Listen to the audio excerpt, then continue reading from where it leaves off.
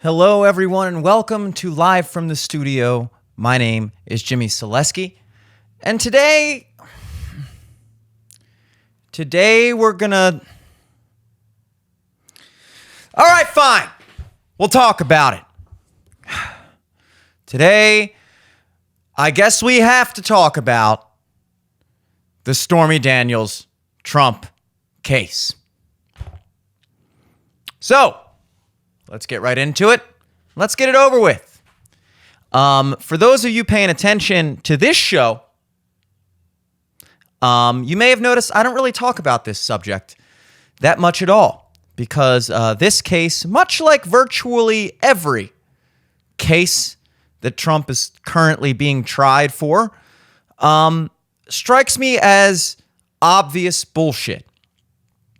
But this case, more so than most, and that's saying something, because there's some cases that at least on the surface appear to hold water. You know, the classified documents thing, in theory, holds water. Geez, I shouldn't have started listing off Trump cases that make sense to me because it's a short list. And mind you, even the classified documents case is shaky at best. But at the very least, there's something to it. The Fani Willis thing is a joke. Apparently, she was just confirmed not disqualified from that case. And now that is being appealed. So for the time being, that should delay that case. It's so hard to keep up with everything. All these names, people's names that you wouldn't know if not for Trump. Jack Smith, Fani Willis. At least Stormy Daniels had a name for herself outside of Trump. I'm not convinced that her name would be quite this popular now, based on her own attributes. But you know, at least she did something prior to Trump running for president. But this Stormy Daniels case, I've honestly had a hard time even understanding what it is. Like, I get it, kind of. You know, allegedly, she and Trump had an affair. That means sex. At some golf course or event or something. In like 2006, this would have been a year after he married Melania. Spicy. And years later, when Trump was running for president, I don't know what other word you would use for this situation other than extort. But okay, fine. Let's not use the word extort, even though it is the word literally invented to describe this process. But she wanted to release the story about her affair with Trump, which she had been, I think, trying to sell it for years. No publication was interested until Trump was running for president, at which point Stormy Daniels saw a golden opportunity to once again make money off of her sex life. Perhaps the only thing she's ever made money off of. And the Trump campaign got out ahead of it, paid her $100-something thousand to, keep quiet about the situation. And then the question became, was this campaign finance related? Was this all above board? Was this all okay? That's my understanding of it. But today, it is peaking back up in the news because if you've noticed, it's not just me who has not been talking about it. It's pretty much everyone. This has not been a hot topic. A couple weeks ago when they were in the middle of the jury selection, people were discussing it, but that was pretty much it. You haven't really heard much about the case otherwise. Now, granted, there's been a lot of other things going on, I hear, in relation to Israel, Palestine, all the above. So that has kind of taken the forefront of the public discourse for the past few weeks. But this case in general has not really been doing what it's supposed to be doing, depending on what you think it's supposed to be doing. If it's supposed to make Trump look worse in the public eye, it is failing, because this is all ground that's already been covered. We already know that Trump put in work back in the day. We already know this. We already know that Trump has had multiple wives. I don't know, maybe not multiple. It's two. Two, I guess, is multiple. I don't know how many wives he has. Whatever. Who cares? We know that he's, made his way around town. So this isn't like groundbreaking news to anyone. Oh my God, Trump slept with a porn star.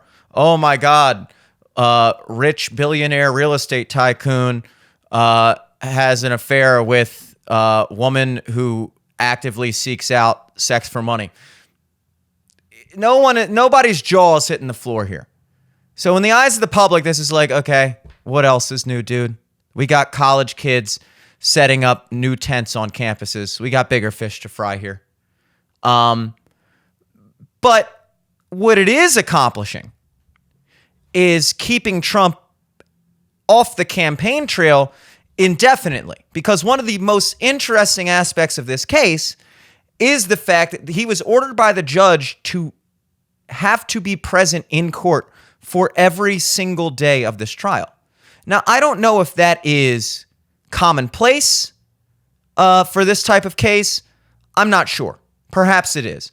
But even if it is par for the course to force the defendant to be present in court for every single day of the trial for over a month, probably close to 2 month long trial, while he's in the middle of running for president. We're talking at this point not too far away from Election Day, guys. Election Day is early November. We're early May. We're talking 6 months, half a year. The clock is ticking, and this guy is sitting in court every day for the past 3 weeks or 2 weeks or whatever, and for the unforeseeable future, for this obvious bullshit case.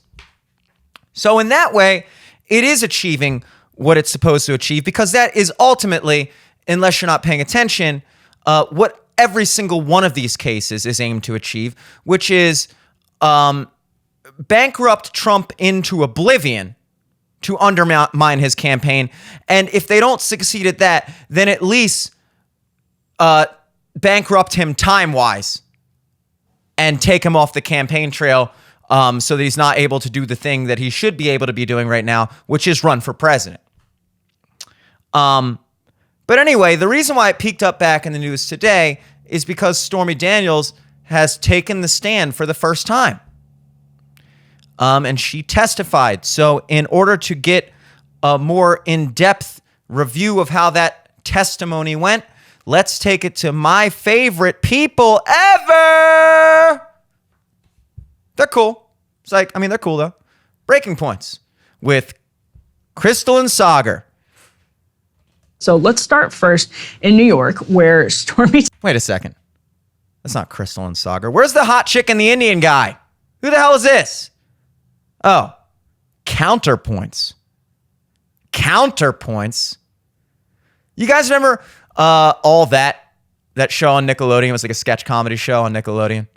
And way back in the day, in like the Drake Bell, too soon, Amanda Bynes, too soon. Wow, you can't say anybody's name from Nickelodeon anymore without a too soon follow-up. Back in those days, like the 90s, the real all that days, they used to have, one of the skits was they would have like a Blockbuster store. I forgot what they called it in there. But they just had like shitty rip-off bootleg movie versions of like known movies that they made themselves. So people would go into Blockbuster or whatever that store was, and people would come back with a video cassette and be like, excuse me, I rented Titanic and I got this movie. I have no idea what this is. And they're like, oh no, see, this is Fritanic. And he's like, well, I asked for Titanic. It's like, no, this is Titanic. It's better, much better. And then they'd pop it in, and it was like a movie that they filmed themselves. Where they'd be like in a bathtub on a fake boat eating like French fries or something. So like, see, it's better. That's kind of what this is right now. Counterpoints. Oh, you want breaking points? No, this counterpoints with low octave voice woman and liberal white man. It's better, much better. All right, but anyway, let's take it back to them. So there's Jake Tapper, Casey Hunt, and I think Eli Honig, CNN senior legal analyst, talking about what was happening in the courtroom yesterday. And actually, it was a pretty interesting scene in the courtroom yesterday. The judge at one point actually admonished Donald Trump for cursing, and this is a Judge Juan Merchan. Cursing about, like in response to probably just saying BS. Like, probably. Because there was some reporting that people could audibly hear him saying BS. And that's right. And that's what the judge, again, Juan Merchan, was saying. I think he said something like, I don't want, you to continue, I don't want you to embarrass yourself, basically. Those sort of patronizing, approach from the judge. But he said something like, you're audibly cussing. And Stormy Daniels, meanwhile, was regaling the jury, or as Casey Hunt was kind of describing, they're attempting to regale the jury in very colorful terms about what happened allegedly in 2006, going into intimate details, quite literally intimate details about all of that. The judge actually cut her off at one point. CNN's analysis said that it seemed like the prosecution was trying to focus Stormy Daniels on this. The judge sounds like a square to me.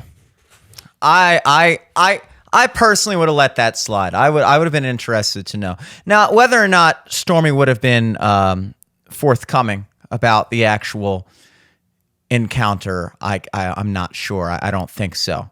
I think, even when you talk to a girl in real life who used to hook up with a guy and no longer likes him, or they're not together anymore, she's not going to give a very flattering account. But outside of the freaky, naughty details of the encounter, I surely can't imagine that Stormy would be very generous with Trump.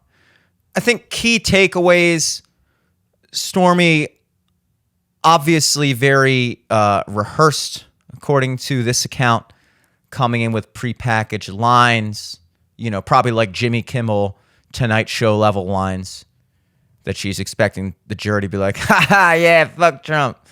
But this jury apparently is jurying. The jury is jurying, and they are being very serious about this retarded case. And I respect that. Because if it was me in the jury panel, I might have been like, go on. No, tell me more. Missionary, and then what?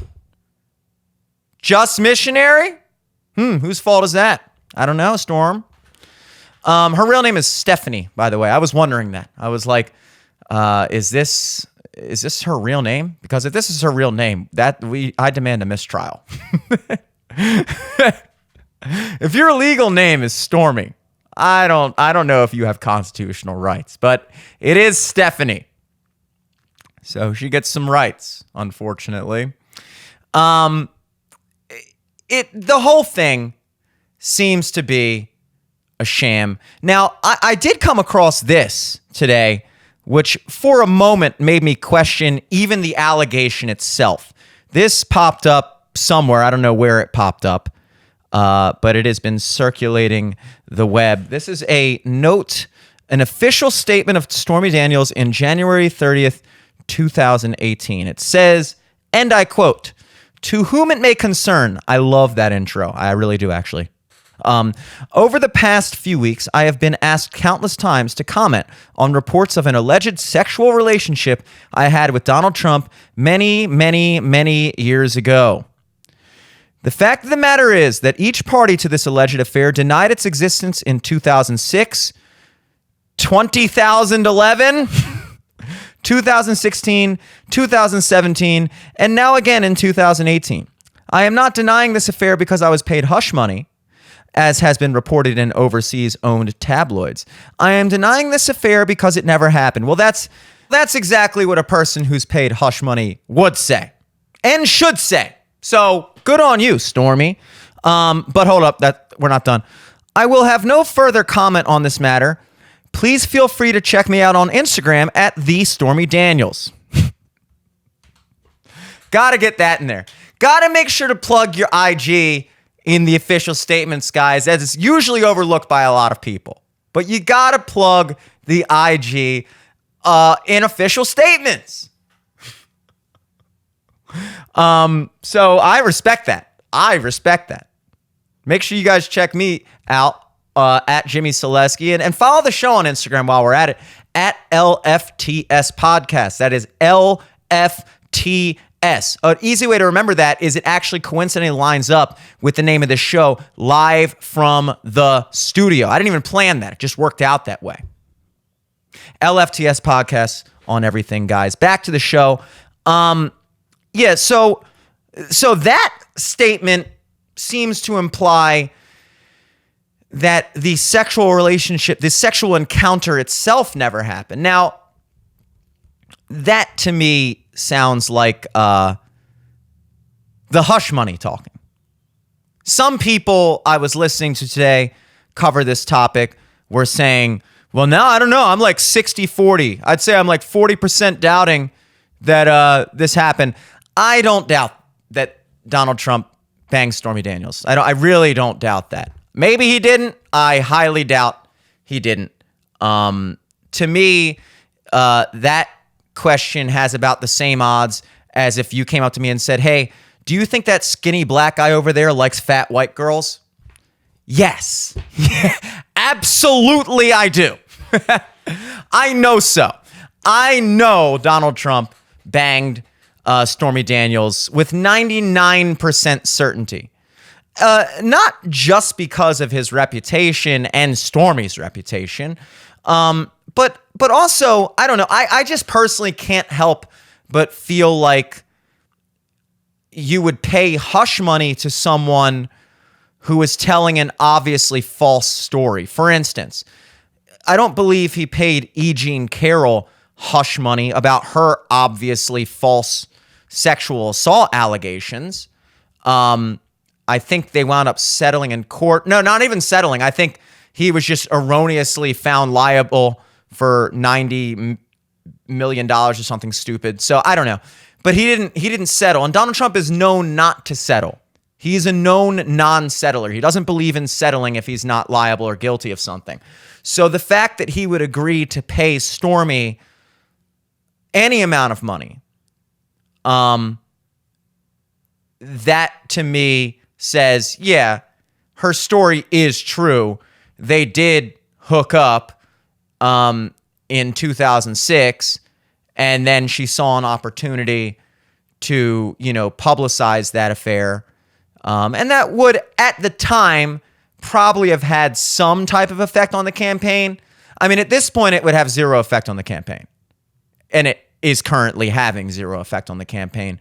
But in fact, it might actually be counterproductive at this point. People are so fed up with this bullshit that the fact that this is still going on is actually helping Trump.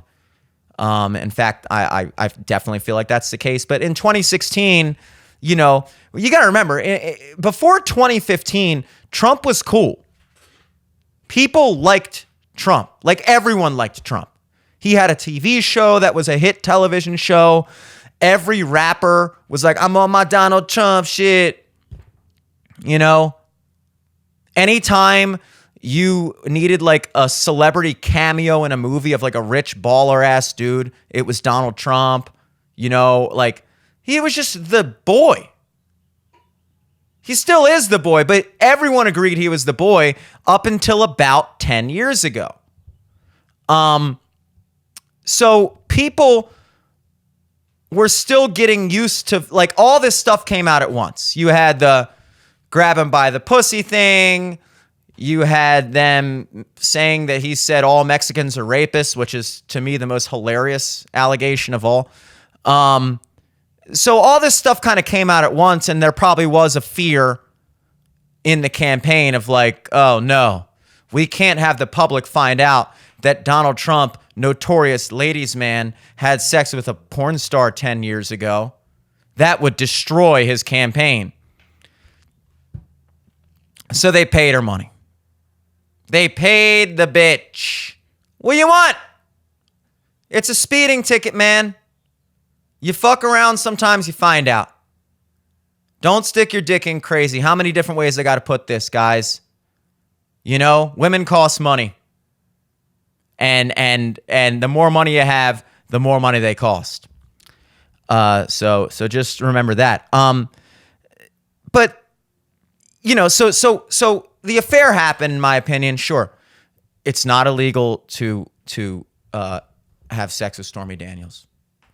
Also, it's not illegal to pay someone hush money. That is not illegal. What the allegation is that the payment was made in violation of campaign finance laws. Now, here is a legitimate question I have. And I mean that this is a question. This is not rhetorical. Please feel free to answer this question. This is not me being the typical politics guy where I'm like, and honestly, I just want to know, can anyone explain to me why this makes sense? No, I'm not doing that. I'm saying, can you please explain to me, genuinely, what is the big fucking deal if this was paid for out of campaign donations? I mean that seriously. I understand that it may be illegal, but on a moral level, I am having a hard time understanding. And I'm sure that the answer is obvious. And when somebody tells me the answer, I'll be like, oh, yeah, that's probably why we shouldn't allow for things like this to be paid for out of campaign donations. But as far as I can see it right now, I'm legitimately kind of just up in the air as to, even if it was paid for out of campaign funds, why that matters. I mean, arguably, it is a campaign expense. Hush money payments are not illegal, so the payment itself is not illegal. And the payment itself was made probably, in large part, at the very least, in regards to the campaign. Now, obviously, there's the personal life thing too. If this did occur after he was married or whatever, there's that. So it might have not been entirely campaign related, but like, I genuinely just don't understand why that matters. Like, hey, thanks for donating to my campaign. You know what would really help the campaign is if this whore doesn't come out and talk about when I banged her at a golf course 10 years ago, right in the middle of my election cycle. So I'm going to take some of these funds and direct it towards that. Thank you. I don't know. I'd be like, yeah, good. Okay, fine. Whatever you got to do, dude. Sounds like a good expenditure to me. So, I mean, maybe I just sound like an idiot there. I don't know. I'm not saying it shouldn't be illegal if it is. I'm just asking why. But aside from that, Michael Cullen was his lawyer, who was the kind of liaison for this whole transaction. And Michael Cullen was sentenced to 3 years in jail a bit ago. I think he's out now, because this is a while ago. But Michael Cullen was sentenced to 3 years in jail in, I believe, 2018. In prison, sorry. For several counts of tax evasion, falsifying bank statements, and campaign finance violations. Now, he did plead guilty to these. Which implies a plea deal to me. Now, I'm looking at like the maximum sentences here, and it says tax evasion is 5 years in prison for this particular charge. Falsified statements to a federally insured bank is 30 years. Unlawful corporate contribution is 5 years, and excessive campaign contribution is 5 years. Interesting how falsifying a statement to a bank is 6 times more punishable than any of these other things. They're like, okay, look, if you withhold taxes from the government, that's 5 years.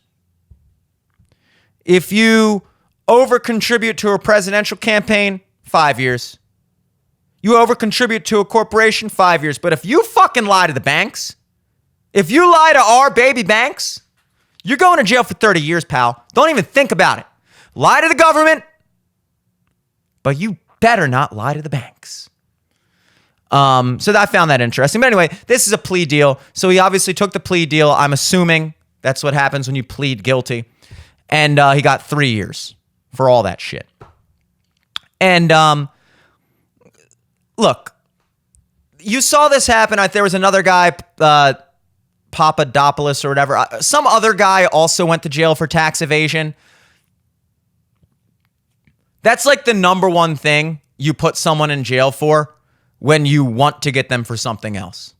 Isn't that like what Al Capone went to jail for? Al Capone killed like 400 people, was extorting every business in wherever city he was, Chicago or whatever, organized crime, racketeering, whatever. And then they couldn't get him on any, so they were like, fuck him, throw him in jail for 7 life sentences for underpaying his taxes or something. Like that's what you do. So Michael Cohen is at the center of this whole Stormy Daniels thing because he was the lawyer. He was the person in charge of kind of handling this situation between Trump's campaign and Stormy Daniels' people. So it comes as no surprise that he was coincidentally found guilty of tax evasion or charged with tax evasion that same year.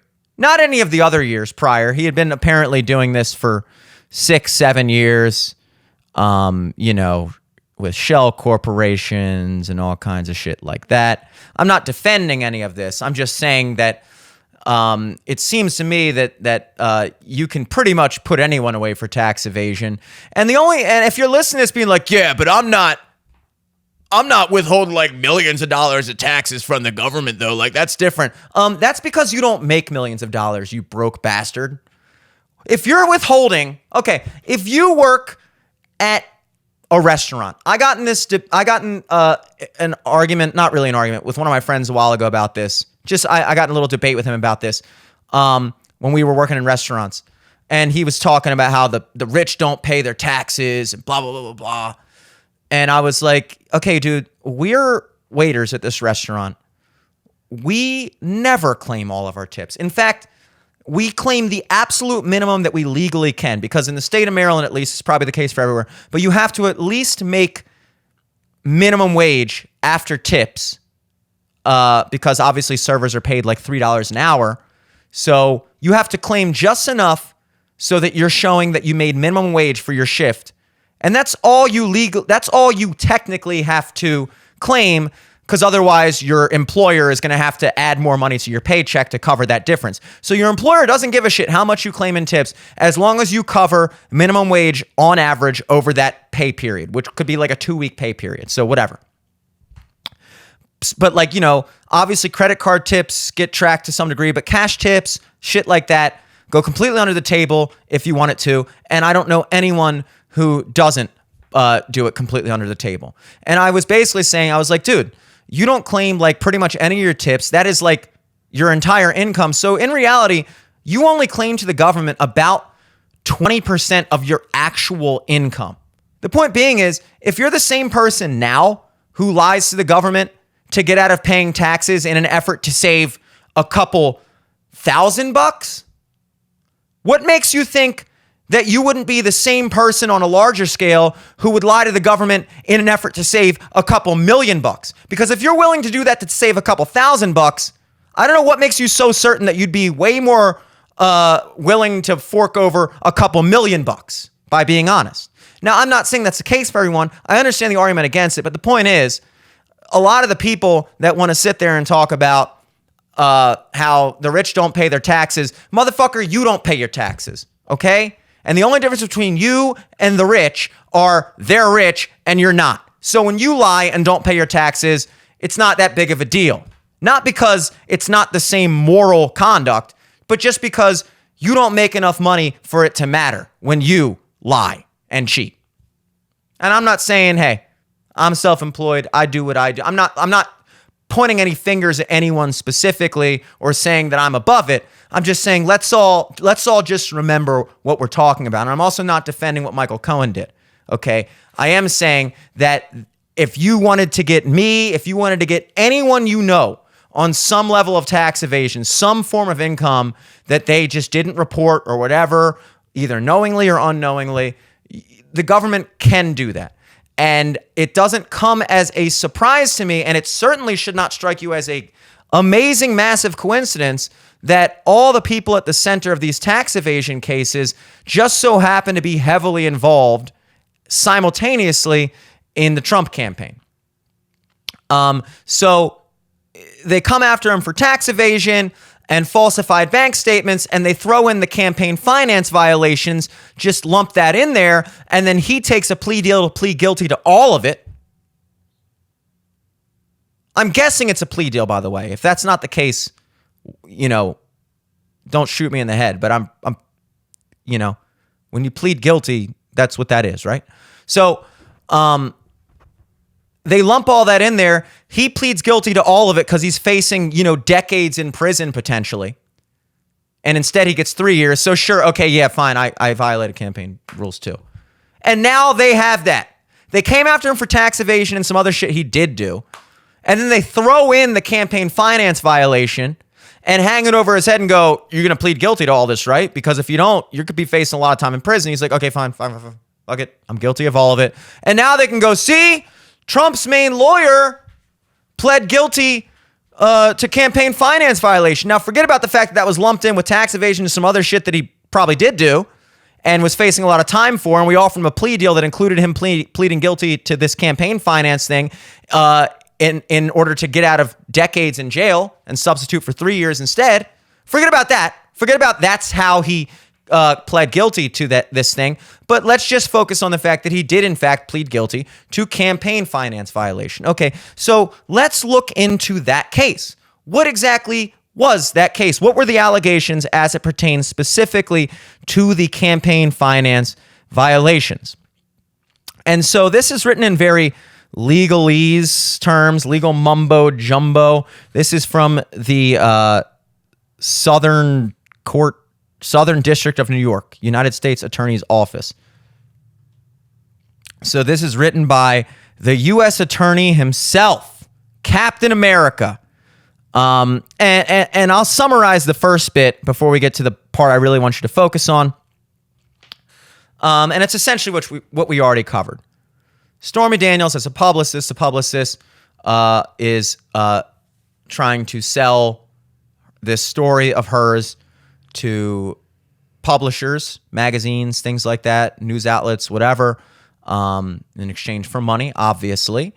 And then simultaneously, the Trump campaign has a company that they've hired to be on the lookout for such stories that could harm the Trump campaign and get out ahead of them and try to work out, if this person's trying to say some shit like this, get out ahead of them and set them straight. Or in the case of this thing with Stormy, which probably did happen, get out ahead of that and say, all right, how much is a magazine going to pay you? How about we pay you double that for you to not talk about it? Okay, fine, great. Look, this is the real world, people. I don't know what to tell you. This is all legal and it's all part of the game. If you're playing that game, I guess. I don't know. I don't have a publicist that's out there looking for people saying weird shit about me, But he does. You're running for president. I'm not. And so the company catches wind of this, that she's in talks with this other magazine, which remain unnamed in this legal description. And ipso facto, blah, blah, blah, blah, blah. One thing goes to another. And ultimately, it gets to the point where Michael Cohen sets up a shell corporation to pay Stormy Daniels' attorney or whatever a sum of like $130,000 or something like that. 150, I don't know, in that ballpark as a hush money payment. Now, this is all completely legal. including the setting up of a kind of shell corporation to facilitate the transaction. Obviously, if you're making a payment such as this, with that amount of money, $100,000, out of your own personal bank account, that's going to raise a lot of questions. What was this money for? And given that the whole purpose of this payment was to keep something a secret, which again is not illegal to do, you might want to make that payment secretive as well, discreet. So you set up a shell company and make the payment out of that company. Okay, cool. All standard procedure, I would imagine. At which point, we will check back in with, and that's a very loose description, but that's kind of that's the gist, all right? At which point we will refer to the U.S. attorney to describe the rest. And Captain America says, in January 2017, Cohen, seeking reimbursement for election-related expenses, presented executives of the company with a copy of a bank statement from the Essential Consultants bank account, which reflected the $130,000 payment Cohen had made to the bank account in order to keep Woman 2, I'm assuming that's Stormy Daniels or whatever, silent in advance of the election, adding in handwriting an additional $50,000. The $50,000 represented a claimed payment for tech services, which in fact related to work Cohen had solicited from a technology company during and in connection with the campaign. Plus, and this is the kicker, a $35 wire fee. Can't forget that. Cohen added these amounts to a sum of $180,035. Wow. How Cohen of him. After receiving this document, executives of the company grossed up for tax purposes Cohen's requested reimbursement of $180,000 to $360,000. They doubled it. And then added a bonus of $60,000 so that Cohen would be paid $420,000 in total. Executives of the company also determined that the $420,000 would be paid to Cohen in monthly amounts of $35,000 over the course of 12 months, and that Cohen should send invoices for these payments. So let's catch up so far. Cohen facilitates the transaction to Stormy Daniels, the hush money payment. At which point, he invoices Trump's people and says, hey, I just paid X amount of dollars for this hush money thing. I'd like to be reimbursed. And they say, okay, cool. And he also says, another $50,000 for tech services. And before I forget, also they charged me like $35 for the wire fee. So if you wouldn't mind tossing that in too. And they were like, okay, dude, you know what? Jesus Christ, we'll just pay you double and then another $60K. Okay, here's what we're going to do. We're going to pay this to you over the course of a year in monthly installments of $35,000. Because again, a giant $420,000 payment to you in one lump sum is also going to raise some eyebrows. And given the fact that this is a hush money situation, we don't want to be drawing attention to it by paying you $420,000 all at once. People are going to wonder, what was that about? What was this $420,000 transaction for, Mr. Trump? Okay, so fine. Apparently, I don't think, I'm still trying to figure out what the problem here is. On February 14th, 2017, Cohen sent an executive of the company the first of his monthly invoices, requesting, pursuant to a retainer agreement, payment for services rendered for the months of January and February 2017.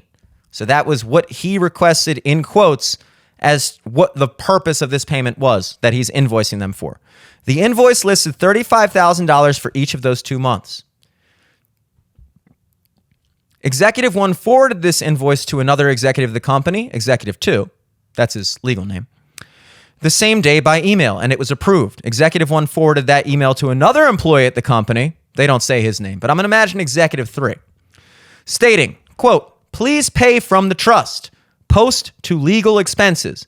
Put, quotes, retainer for the months of January and February 2017, end quote, in the description.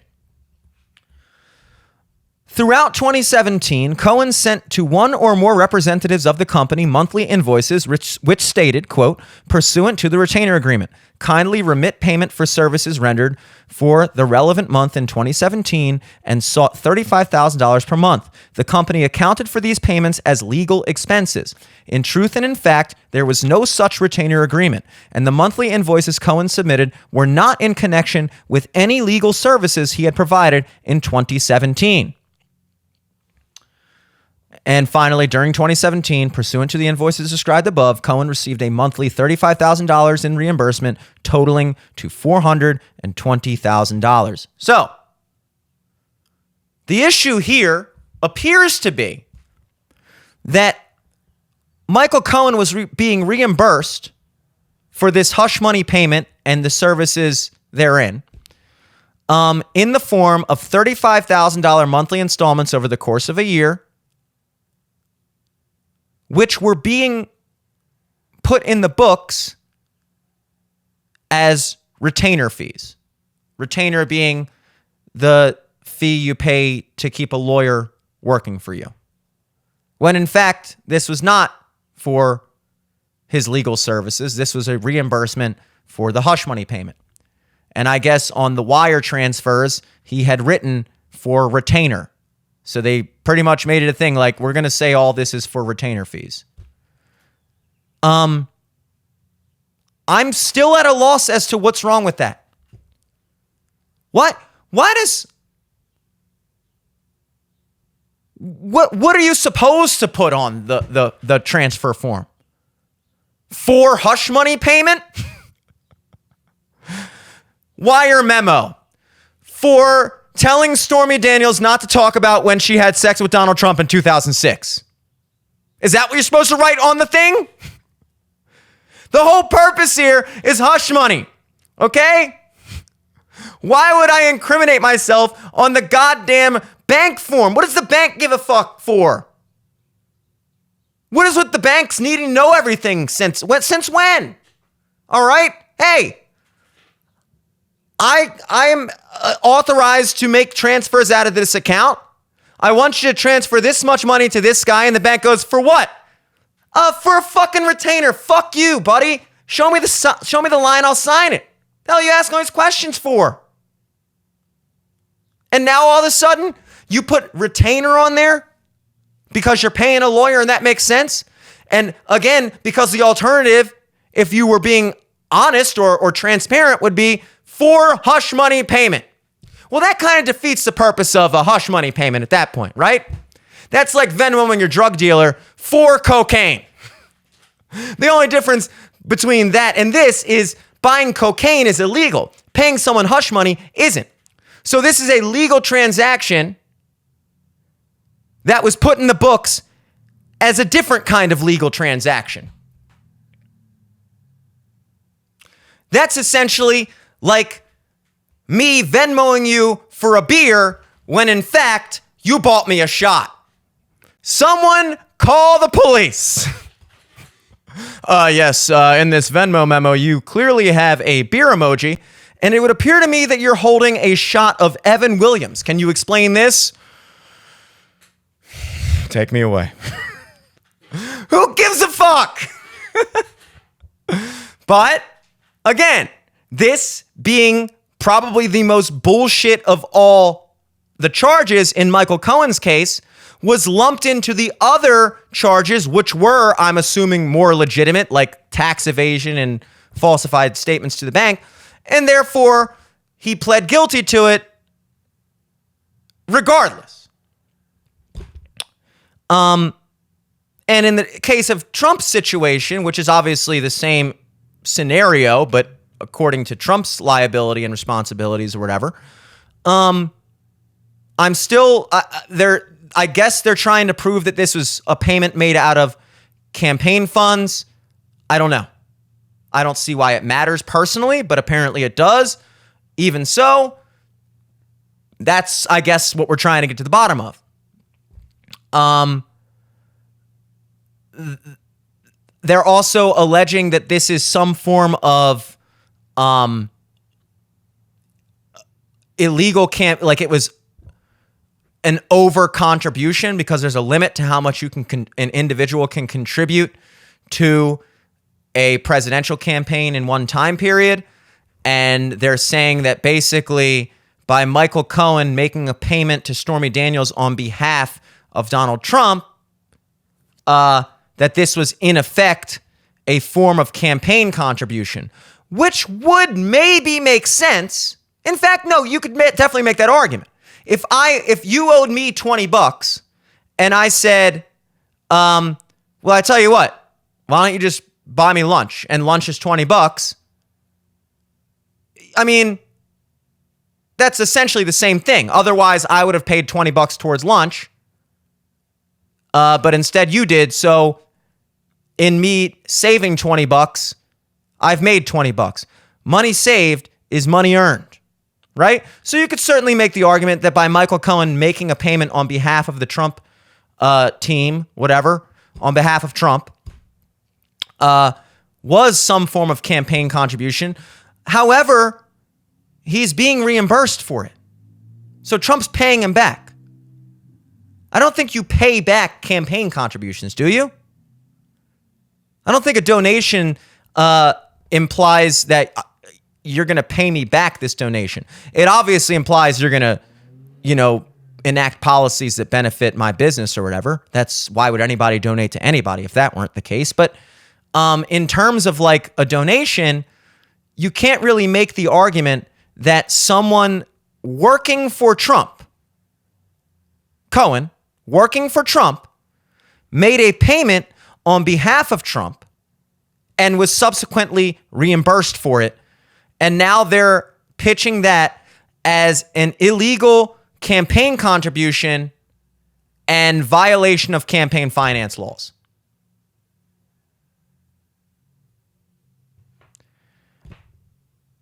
And that's why this case is going nowhere. Now, that being said, that doesn't mean that Trump's not going to be found guilty. That's the sad reality of this situation. The fact that this case is nothing, means nothing, nobody cares, does not change the fact that, I don't know, my personal faith in the American justice system is waning. There are fleeting moments where it shines through and makes me still believe in it, but for the most part, I'm going to hope that the jury is nonpartisan enough and objective enough to understand what this really is, which is a violation of a technicality at best. Best case scenario, this is a violation of some technicality. And at worst, it is nothing and yet another blatant effort to undermine Trump financially and in every other way possible. Because I don't know if you've realized this or not, but they really, really do not want him to be president. So that's pretty much where we're at with this case. You probably won't hear much more about it. I think they say she's going back to the stand on Thursday. That would be tomorrow. So maybe we'll hear a couple more things about that. But they're just, for better or for worse, are so many more important things in the world today. Everyone, whether they like it or not, understands this case is bullshit, and more than likely will go nowhere. So, we've done our due diligence. I've done my due diligence in talking about it. and hopefully we won't have to talk about it ever again. You know, because there's a lot more important things going on in the world today. Kendrick Lamar just shot Drake. Can you believe that? Psych. But I don't know. Maybe eventually. Anyway, folks, thanks for tuning in. My name is Jimmy Selesky. This is Live from the Studio. New content on the channel every Monday through Friday. And on the weekends sometimes with the regular podcast, me and Eric Glazer for the Live from the Studio podcast. So stay tuned, subscribe, leave us a like, comment, leave us a dislike, whatever, unsubscribe, whatever you want to do. Okay? We're done here. Till tomorrow. Peace.